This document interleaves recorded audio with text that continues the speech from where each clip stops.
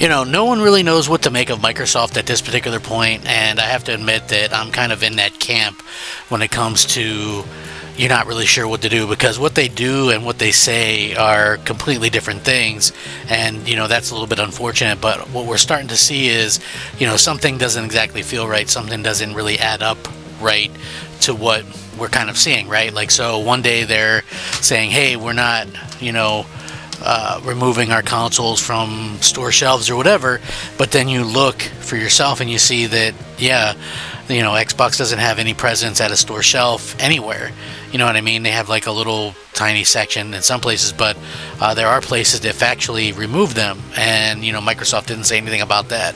They continually say, hey, we're building a next gen hardware or whatever, but at the same time they were building at one point, and now it's confirmed that they were building a handheld that would have played the console library, and that would have made sense, and they kind of admitted that they shelved that and in favor of going with a OEM to try and get basically it saves them money. There's no risk on their part.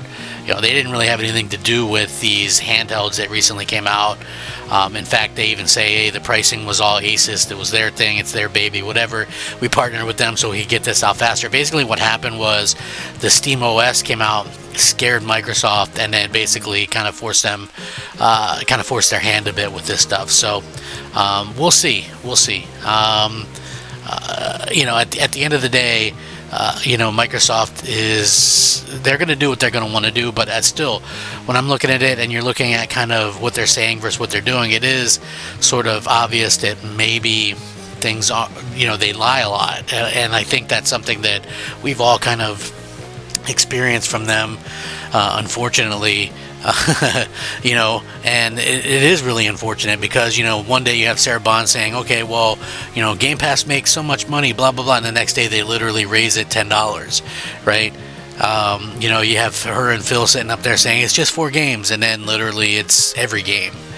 You say they said, hey, the Activision Blizzard deal isn't going to raise prices of Game Pass, and they raised it twice.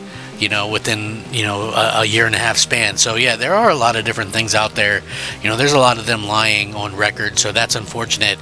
And when you see this bit of news, it is weird. So Mike Ibarra, who used to work for Microsoft twice, left twice, says that Microsoft is out of hardware. He says their strategy says only a moron would keep making consoles when its games are going third party. And, again, there's a lot of Xbox fans that saw this and say, oh, well, he's salty, he's this, he's that. The thing is, he's not wrong when he says these things, right? Like, what is the point of doing hardware or a console? You already have a console that nobody's buying. And then you have no exclusive, no reason whatsoever to buy it, so why would you make it? So former Microsoft executive and ex-Blizzard president Mike Ibarra strongly criticized Xbox's hardware strategy, arguing consoles are a losing game if the games themselves go third-party. The new Xbox-branded ROG Ally handhelds launched globally last week, and for many fans it looked like a big step in Xbox's long-running shift towards a Windows approach. Microsoft has been clear that it's not ditching hardware entirely, even going as far to confirm it's already deep in the development of its next-generation Xbox hardware, and that it is 100% looking at making things in the future. But while Microsoft is still talking about the future of Xbox hardware, former Xbox corporate VP and Blizzard president Mike Ibarra isn't convinced the current strategy makes much sense. Earlier, he shared his take on X, voicing his frustrations with where the Xbox brand is heading. Only a moron would keep making consoles when games go third party, according to him.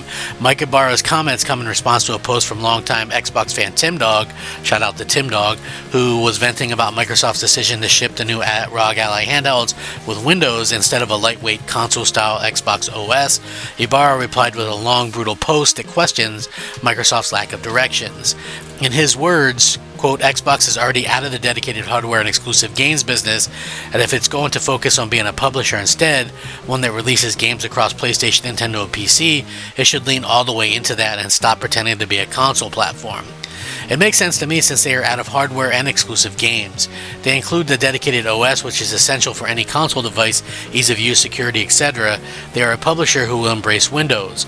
Most will just pirate all the games to the device unless they use Steam. Why does Steam help piracy? Well, because it's a flawless experience with a great return policy. Windows is far from flawless experience and never will be. From a business standpoint, it's a fine strategy. If they can make good games and embrace Steam, we'll sell on PlayStation, Nintendo, and PC. Big, if even, track record of games for the last 15 years. Only a moron would continue to make console hardware when the games all go or will go third party. To shift, they'd have to go back to exclusive, make great hardware at a loss, and strive to win the living room. That's not their strategy, which is fine, but for some reason they just keep riding the middle, not being clear, doing more harm for no reason. As I said 1,000 times, get a clear strategy and rip the band-aid off and focus on execution, otherwise death by 1,000 needles. This isn't the first time Ibarra has actually been outspoken about Xbox's direction. Just last month he reacted to a post celebrating Sony's claim that PlayStation 5 is the most successful console generation by saying, but hey, the console market isn't a successful business, it is if you do it right. When someone replied to him saying he was a bitter X, he fired back with a now viral response, your console is dead, a comment many took as a jab at Xbox's current hardware strategy. Still, it's pointing out that Microsoft doesn't seem ready to give up completely, although it does seem like they are not doing anything in a more traditional kind of avenue, so to speak. Like a lot of people are assuming that they're going to do, OEMs, or that they're going to do something that basically, means that they didn't really have to do much. And, that's still a possibility. I think people still, like I personally, and I've mentioned this numerous times, like what happens is, like with the Asus stuff, right? You see that come out and it's $1,000. There's no, there's no kind of thought process there to, making that cheaper, where people will buy subscriptions and things like that later. It's just like, that's the price, and that's the same thing what happens with like OEMs and things like that. You have this, you're not subsidizing your platform anymore, unfortunately, and so you kind of get stuck with these expensive pieces of hardware because Microsoft doesn't want to take a loss on it. It's just like with Game Pass, right? They raised Game Pass to $30 a month. They're just like, screw it, we don't care. And they're going to take that same approach with whatever they come out with next. Now, whether that's something, and here's the thing, like, there's different ways to think about this. Some people think it's going to be like basically a PC, and it's going to have like Steam and all these other things. But why would they raise console Game Pass to $30 a month if they were going to have that coming out soon? You know what I mean? Because if you have something like that coming out and it's playing Steam and all these things, you can't charge for online play, and it's like double the price to play on console because you pay for online play. So then what would they have to do? They'd have to like cut that out, right? Because if you have this thing that allows people to play games on that platform like Steam or whatever, they're not charging to play online, so you can't charge to play online. It like really kind of would defeat the purposes. Now, like, we don't know for sure 100% what they're going to do, but it's like we'll have to kind of wait and see on that. But for me, it honestly does not really make much sense for them to go and do something like that, because you want to see